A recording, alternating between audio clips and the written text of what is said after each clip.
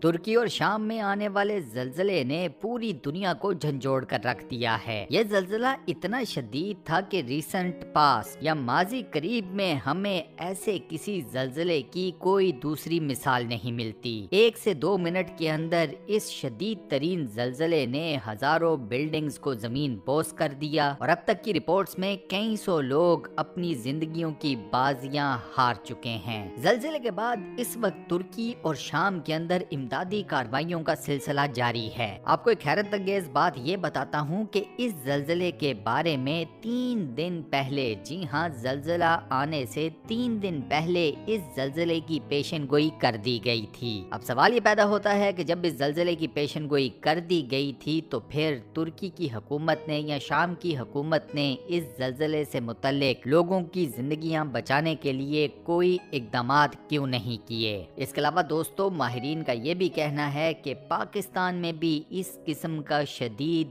जलजला आने के चांस मौजूद हैं। आज की स्पेशल वीडियो में मैं आपको बताऊंगा कि जलजला होता क्या है, इसके जी तो नाजरीन, आप देख रहे हैं dark world TV YouTube channel. इसके अलावा आपको ये बताऊंगा कि पाकिस्तान में जो शदीद तरीन किस्म का जलजला एक्सपेक्टेड है उसके बारे में माहिरीन का क्या कहना है। ये जलजला अगले कितने दिनों के अंदर अंदर पाकिस्तान का रुख करेगा। ये वीडियो बेहद मजेदार होने वाली है, सो इस वीडियो का फुल मजा उठाने के लिए इस वीडियो को शुरू से लेकर आखिर तक कंप्लीट जरूर देखिएगा। तो चलिए शुरू करते हैं।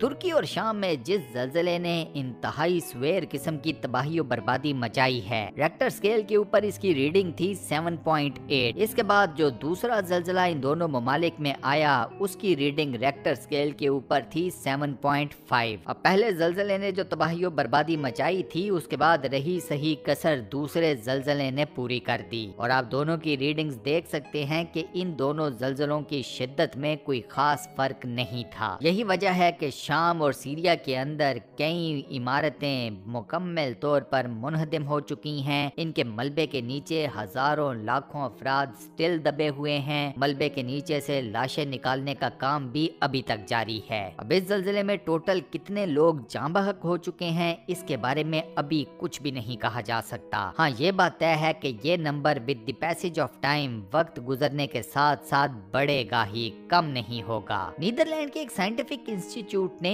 इस जलजले के बारे में 3 दिन पहले पेशनगोई कर दी थी। अब दोस्तों, मामला ये है कि 3 दिन पहले की जाने वाली ये पेशनगोई अब सच साबित हुई है। लेकिन जब हम बात करते हैं जलजले के बारे में तो आप जलजले के बारे में 100% श्योरिटी के साथ कुछ भी प्रिडिक्ट नहीं कर सकते। इससे पहले भी कई जगहों के ऊपर जलजले के बारे में प्रिडिक्शंस की गई, लेकिन मजे की बात यह है कि उन जगहों के ऊपर जलजला नहीं आया और अगर आया भी तो उसकी नोयत इतनी शिद्दत वाली नहीं थी। हम लोगों का इन पर्टिकुलर टाइम्स में जो लाइफस्टाइल है, जिस किस्म की हम जॉब्स करते हैं, हमारे लिए घर बार को छोड़कर किसी ऐसी जगह पर जाकर रहना शुरू कर देना कि जहां पर अगर जलजला आता भी है तो आपको शायद कोई ज्यादा नुकसान ना पहुंचा पाए, वो इतना आसान नहीं। आप 3 दिन के अंदर कोई भी बड़ा शहर मुकम्मल तौर पर खाली नहीं कर सकते। ये वो एक्ट है जो कि दुनिया के तरक्की याफ्ता ममालिक तक नहीं ले सकते। सो जलजले के मामले में तुर्की या शाम की हुकूमत को किसी भी किस्म का कसूरवार ठहराना बेवकूफ़ी होगी।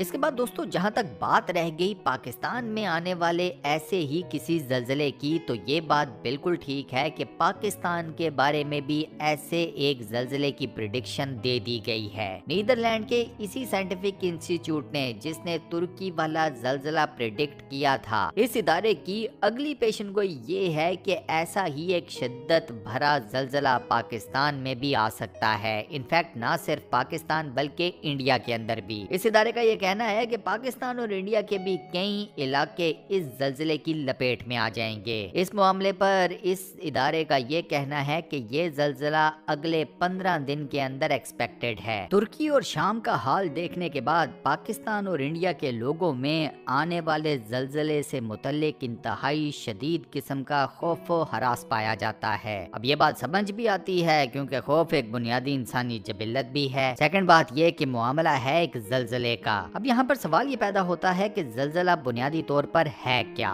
जल्जले के फिनोमिने को समझने के लिए आपको समझना पड़ेगा प्लेट टेक्टोनिक्स का नजरिया। इस नजरिए के मुताबिक जमीन की बालाई परत अंदरूनी तौर पर मुख्तलिफ प्लेटों में मुनकसिम है। जब जमीन के अंदरूनी कुर्रे में मौजूद पिघले हुए मादे, जिसे जियोलॉजी की जबान में मैग्मा कहा जाता है, इस मैग्मा में करंट पैदा होता है तो ये प्लेट्स भी इसके झटके से मुताहरिक हो जाती हैं। मैग्मा इन प्लेटों को खिसकाने में ईंधन का काम करता है। ये प्लेटें एक दूसरे की जानिब सरकती हैं, ऊपर नीचे या पहलू में आगे पीछे होती हैं। इससे इनका दरमियानी फासला बढ़ जाता है और रिजल्ट निकलता है जल्जले की सूरत में। जल्जला या आतिश फिशानी का अमल ज्यादातर उन इलाकों में रूनुमा होता है जो इन टेक्टोनिक प्लेट्स के जॉइंट्स पर वाक़या होते हैं। जमीनी प्लेटों की हालत तब्दील होने से सतह में दरारें पैदा होती हैं, जिसे फॉल्ट भी कहा जाता है, और इससे किरताश पैदा होता है जो कि जल्जले की सूरत में हम सब के सामने आ जाता है। अगर बात की जाए जल्जलों की अकसाम या जल्जलों की टाइप्स की, तो जल्जले दो किस्म के होते हैं। कुदरती वजूहात की वजह से आने वाले जल्जलों को टेक्टोनिक जल्जले कहा जाता है या टेक्टोनिक अर्थक्वेक्स, जबकि इंसानी सरगर्मियों की वजह से आने वाले जल्जलों को नॉन टेक्टोनिक अर्थक्वेक्स या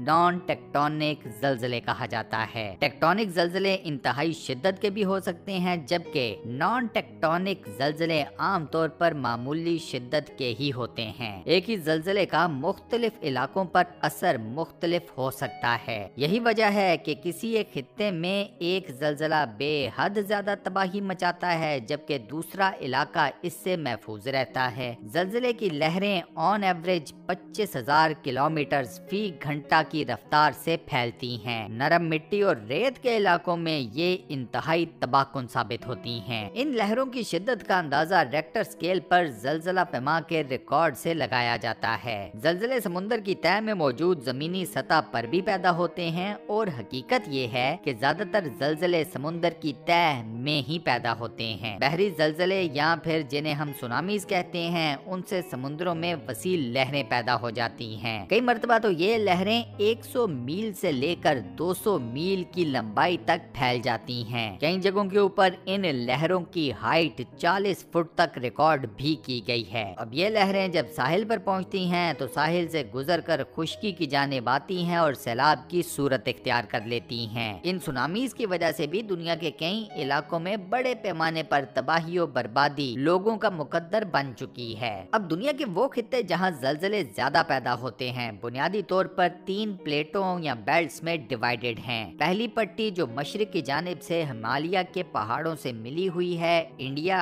और पाकिस्तान के शुमाली इलाकों में हिमालय के पहाड़ों से होती हुई अफगानिस्तान, ईरान, उसके बाद तुर्की से गुजरती हुई बर्रे आजम यूरोप, वहाँ से आगे यूगोस्लाविया से फ्रांस तक यानी कोहे एल्पिस तक पहुँच गई है। दूसरी पट्टी बर्रे आजम शुमाली अमेरिका के मगरबी किनारे पर वाक़या अलास्का के पहाड़ी सिलसिले से शुरू होकर जुनूब की तरफ रॉकी माउंटेन्स को शामिल करते हुए मैक्सिको से गुजरकर बर्रे आजम जनूबी अमेरिका के मगरबी हिस्से में वाक़या ममालिक कोलंबिया, इक्वाडोर और पेरू से होती हुई चिली तक पहुंच जाती है। इसके बाद तीसरी पट्टी बर्रे आजम एशिया के मशरिक पर मौजूद जापान से शुरू होकर ताइवान से गुजरती हुई जनूब में वाक़या जज़ायर, फिलीपींस, ब्रुनाई, मलेशिया और इंडोनेशिया तक पहुंच जाती है। दुनिया में 50% जल्जले कोहे हिमालय, रॉकी माउंटेन्स और कोहे इंडीज में पैदा होते हैं। ये तीनों पहाड़ी सिलसिले इन ही 3 बेल्ट्स के ऊपर वाक़या हैं जिनके बारे में अभी मैंने आपको बताया है। 40% जल्जले बर्राज़मों के साहिली इलाकों और उनके कुर्बो जवार में पैदा होते हैं। पीछे बचे 10% जल्जले तो वो दुनिया के ऐसे इलाकों में भी पैदा होते हैं जो कि ना तो पहाड़ी हैं और ना ही साहिली। वीडियो के आखिर में दोस्तों मैं आप लोगों से ये दरखास्त करूंगा कि खुसूसी दुआ कीजिए पाकिस्तान पाकिस्तान और इंडिया के लोगों के लिए